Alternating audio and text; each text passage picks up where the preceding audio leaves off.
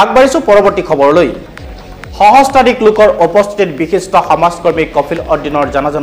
সম্পন্ন হয় সহস্ৰাধিক লোকৰ উপস্থিতিত বিশিষ্ট সমাজকৰ্মী কপিল উদ্দিনৰ জানাজা সম্পন্ন হয় কলিয়াবৰ বিধানসভা সমষ্টিৰ অন্তৰ্গত ৰূপহী আৰক্ষী থানাৰ অধীনস্থ পোপ হালপাৰা গাঁৱৰ বিশিষ্ট সমাজকৰ্মী তথা ইয়াৰ দলৰ প্ৰাক্তন কাৰ্যকৰ্তা কপিল উদ্দিনৰ কালি আবেলি 4টা বজাত গুৱাহাটী জিএমচিত মৃত্যু হয় তেখেতৰ মৃত্যুত হালপাৰা অঞ্চলত শোকৰ ছাঁ বিৰাজ কৰে সহস্ৰাধিক লোকৰ উপস্থিতিত সন্ধিয়া 6 বজাত অৰ্থাৎ মাগৰিবৰ নামাজৰ পিছত হালপাৰা ঈদগাহ ময়দানত অনুষ্ঠিত হয় জানাজা নামাজত উপস্থিত থাকে ৰূপহীহাট সমষ্টিৰ প্ৰাক্তন বিধায়ক আব্দুল আজিজে জানাজা নামাজ আদায় কৰি সংবাদ মাধ্যমৰ জৰিয়তে শোকসন্তপ্ত পৰিয়ালবৰ্গলৈ সমবেদনা জ্ঞাপন কৰাৰ লগতে অদৃশ্যজনৰ ওচৰত কপিল উদ্দিনৰ মাগফিৰাত কামনা কৰে পুনৰ জনাইছো বিশিষ্ট সমাজকৰ্মী পোপ হালপাৰা গাঁৱৰ বিশিষ্ট সমাজকৰ্মী কপিল উদ্দিনৰ জানাজা নামাজত উপস্থিত থাকে ৰূপহীহাট সমষ্টিৰ প্ৰাক্তন বিধায়ক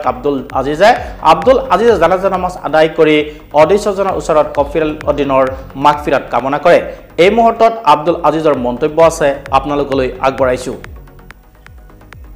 না আমি তো মৃত ব্যক্তিসকলৰ কাৰণে আমি এটা জানাজাত দোয়া কৰো আল্লাহুম্মা গফির লি হাইয়িনা ওয়া মাইয়িতিনা ওয়া শাহিদিনা ওয়া গায়িবিনা ওয়া সাগীরিনা ওয়া কাবীরিনা ওয়া জাকারিনা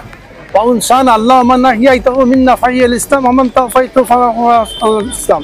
আমি এই দোয়াটো যে পঢ়ো এইটো এটা এনেকুৱা দোয়া যে আমি উপস্থিত হোৱা মানুহবিলাকৰ ওপৰত প্ৰথমে আমাৰ নিজৰ মাগফিৰাতৰ দোয়া কৰো যেনেকৈ আল্লাহুম্মা গফিৰ লি হাইয়িনা আমি যিসকল জীয়াই আছো তেওঁলোকক মাগ কৰো ওয়া মাইয়িতিনা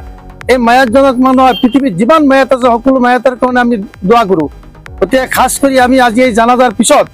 একেটাৰ কাৰণে আজি মৃত ব্যক্তিৰ কাৰণে তেওঁৰ যাতে কবৰত জব সল হিচাপ আল্লাহ তাক দিয়াৰ তৌফিক দান দিয়ে আৰু তাৰ পিছত তেখেতক জান্নাতুল ফিৰদাউস নসিব কৰে এই কামনাৰে আমি আজি এই জানাজাত উপস্থিত হৈ তেখেতৰ মানে